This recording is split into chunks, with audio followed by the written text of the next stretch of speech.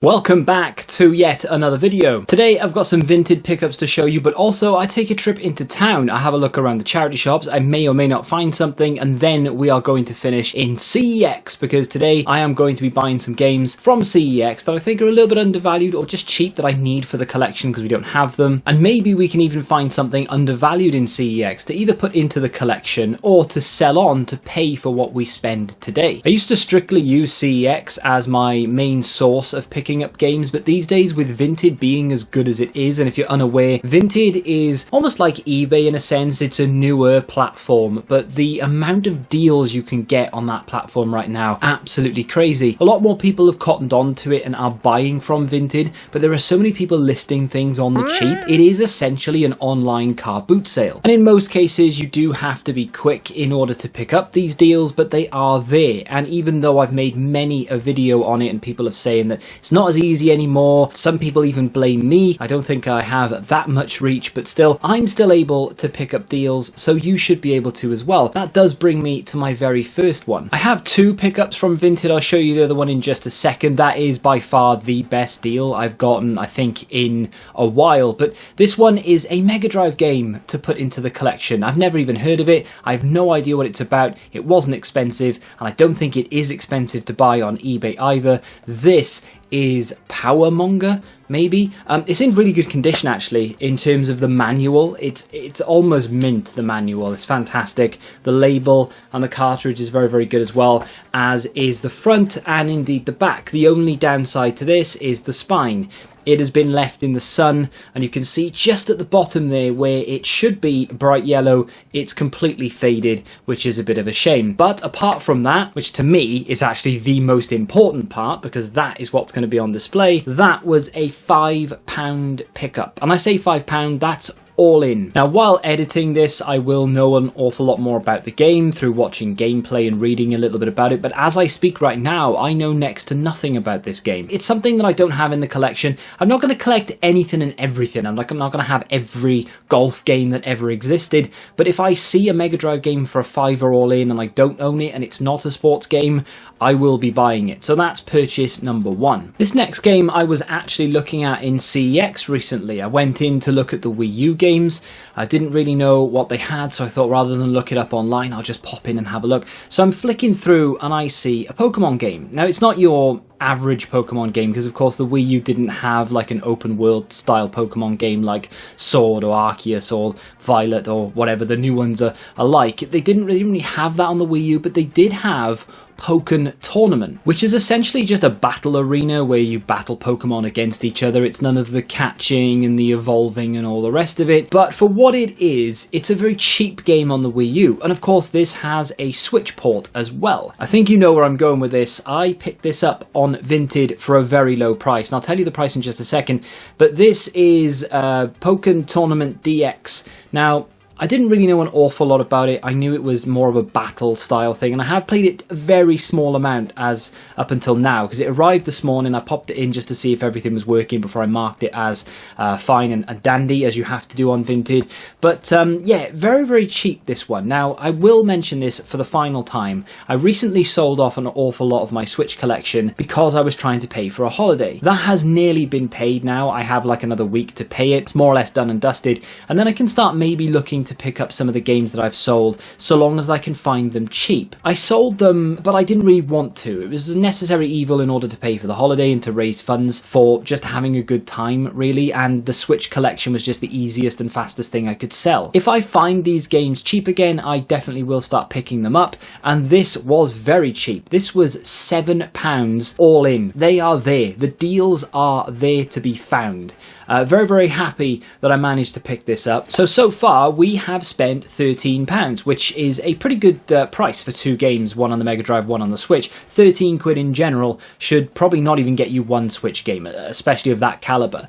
But we need to try and offset some of the price a little bit here. Now, if we were going back through our old series, I would say that we have more than enough cash balance. And of course, because we've sold off a large portion of the collection, we do have a massive cash balance in theory, because none of this cost me anything. Whatever I sell is money that I can just put back into it for nothing.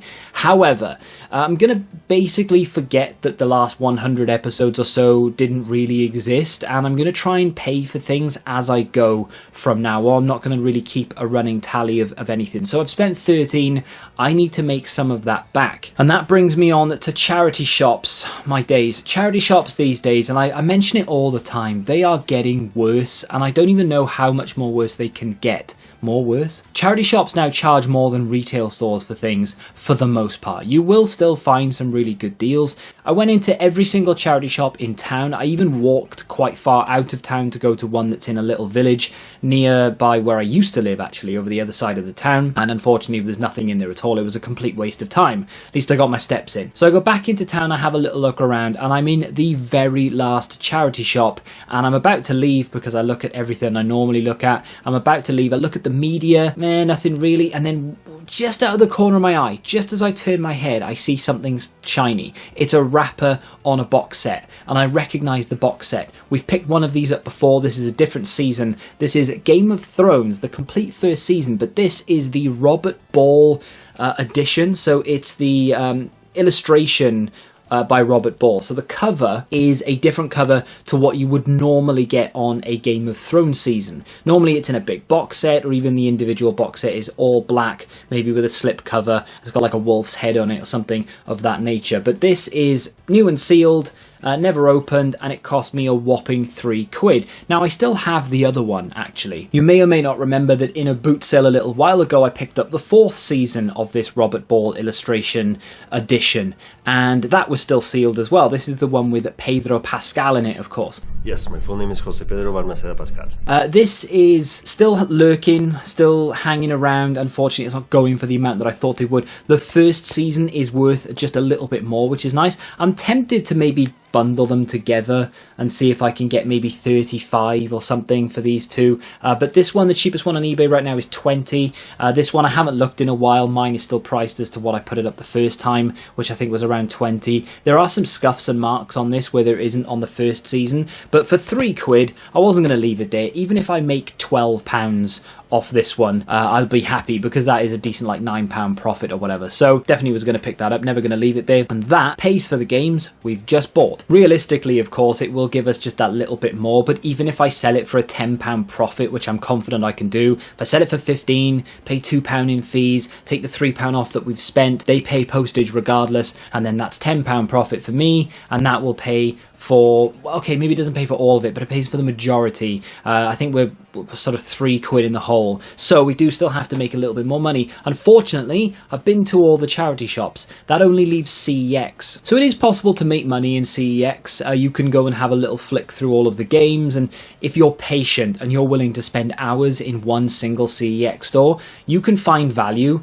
every single time. You just need to be scanning nearly every single game. I don't do that before anyone starts making jokes about me hanging around in CEX stores for hours on end. Trust me, I'm not in there that long at all these days. I will go in and I know what I'm looking for, and if I don't know what I'm looking for, I scan very, very quickly with my eyes rather than with my phone, because I do generally know the prices of things. However, something caught my eye when I was least looking for it, or least expecting to find it, should I say, and it is worth considerably more than I paid. This is the Order 1886. This is my copy of the Order 1886. This is the Steelbook edition of the Order 1886. How many times can I say that in one video? Limited edition Steelbook. However, very rare for CEX this. It has the slipcover. This is a very rare thing to find in CEX. Not because it's CEX's fault. People just don't keep these. They don't trade them in with these. Generally on the shelf you'll just see the Steelbook. Now, if I open it up, unfortunately, it doesn't have the manual, which I'm pretty sure would have come with the special edition, but it does have the disc. It's just your bog standard disc. The interesting thing about this is it does have game stickers on it as well. So this was, once upon a time, traded into game. Now, that means it was bought new, traded into game at least once, and then bought by someone, and then traded into CEX. And all that time, it has kept this cover, which is quite impressive, really, considering there were plenty of Sifus on the shelf without any slipcover whatsoever. And Sifu is a relatively new game, especially compared to this, which is a pretty old game at this point. Anyway, £5 spent on that one. Cheapest one on eBay, 20-ish quid. There are cheaper ones, but they don't have the slipcover. Collectors will definitely want the slipcover. I did consider maybe selling mine for like £3 or £4 because it doesn't go for an awful lot, and then maybe just keeping this, but I'm not that bothered about having the steelbook. On like the rare occasion would I actually want to have a steelbook in the collection. Sifu, for example, I don't think you can get it without having the steelbook. Maybe you can, I don't think so. And then there are a few other games as well where steelbooks are nice to have, but on this occasion I'm going to look to flip that on if I can sell it for as close to 20 as possible. Again, looking to make about £10-12 profit. That pays for what we've bought so far, and it will pay for what I spend in CEX in the next few minutes. If we just do some fast math here, we can make £10 profit on the Game of Thrones box set. We can make £10 profit, say, on the Order Steelbook. That gives us £20. We've already spent 13 of it on Pokemon and the Mega Drive game, which means we only have about £7 left. What can you actually get in CEX for £7? If you already have a sizable collection, £7 isn't really going to do an awful lot. You may as well just keep it in your back pocket, right? My collection has massive gaps. I've sold off a fair few things here or there, but even in terms of the cheaper games, I still don't have a large number of them. The first game I bought was a complete mistake. I shouldn't have bought it, but I didn't know I already had it, and that is a problem when you have a lot of games. You will forget what games you have. Now, you will look at my collection maybe and think, you don't have a lot of games, mate. But even if you've got 10 games, you'll be thinking, did I buy that in the end? Especially when you create content, because you are flicking through everything. Sometimes I pick something up, no intention of buying it whatsoever. I just want to get the footage for that game, just for something to put on camera so that you don't have to look at my boring face. You can look at the boring CEX footage instead. But on this occasion, I have made a complete mistake. I didn't realise I already had this game. Now, I'd like to say, well, this one's in better condition. This one has the manual. It doesn't. It doesn't have the manual. It's in fair condition. It's not better than mine. The game in question is very, very cheap, thankfully. It is Lord of the Rings, The Two Towers. This was only £1. I saw it and I thought, wow, that is cheap for one of my favourite PlayStation 2 games of all time. The battle scenes in this game are absolutely incredible, but I honestly didn't realise I had that, and I thought, wow, I'd like to have that in the collection, because I all of a sudden had an urge to play it. I've just looked at my PS2 collection, and yeah, I already have it. So I could have been playing it this entire time. However, I do plan on selling that boxed PS2 you see behind me, so now I have at least one game to just bundle with it. So it's not the end of the world, I can just use it as a bit of fodder. But that does mean I only have 2 games going into the collection from CEX. Of course, we do still have the 2 from Vinted, which is always nice. One of which I have been looking at a lot. Every single time I go to my CEX to look for this game, it's the same one with the chewed up spine. I am, of course, talking Grid, but not the first Grid. The second Grid. They finally had one that wasn't chewed on the spine. The amount of times I've gone in there and picked it up and thought, yes, today's the day.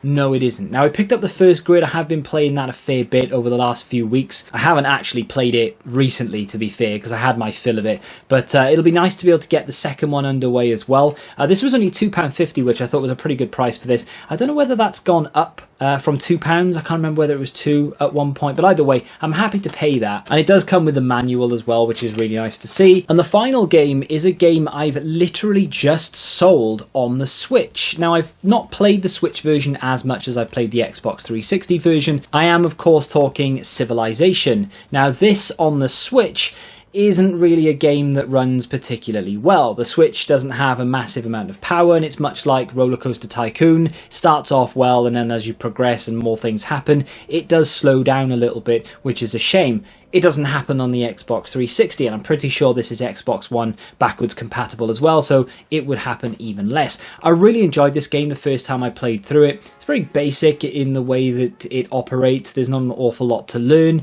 but I do really like it. It's complete with the manual as well. The disc isn't in very good condition, unfortunately. The woman behind the counter was kind enough to say, look, this isn't in great condition. What do you want to do? I was tempted to say, well, do you have a disc cleaner? But I just didn't enter my head at the time. I took a punt on it. If it doesn't work, I'll take it back. But for £2, that's a really good deal for a game that I guarantee I will play through again in its entirety, probably in one sitting. I don't know why, I just really enjoy games like this. As far as the Switch version is concerned, it sold yesterday for about £18, which I thought was a pretty good price, considering I think CEX sell it for 18. But either way, I'm happy to get rid of that game on the Switch because it just doesn't run very well at all. There are other games, like I mentioned, Roller Coaster Tycoon doesn't run particularly well, and then there's Surviving the Aftermath, which is a very good game from what I've played, but I got to the point where I had so much slowdown, I had to stop. It was unbearable. So Lord of the Rings will go with that PlayStation to help it sell, so I guess we're going to make our money back for that. And I know no one's going to go, oh, a boxed PS2? Don't know, maybe I will, maybe... It comes with Lord of the Rings? Yes, no one's going to do that. But adding a game does help a console sell. Even if it's FIFA, it will help the console sell. So those two right there are going to pay for everything that we've bought today. And that is what we're going to add to the collection for absolutely nothing out of pocket. In fact, I may even make a couple of quid profit as well. Some decent additions to the collection, nothing too crazy there, but that Pokemon game for £7 is absolutely banging. Hopefully I can follow that up in the next episode with some great additions. If you have enjoyed this though, and you want to see more of this type of thing, you can click here, and until the next time, goodbye.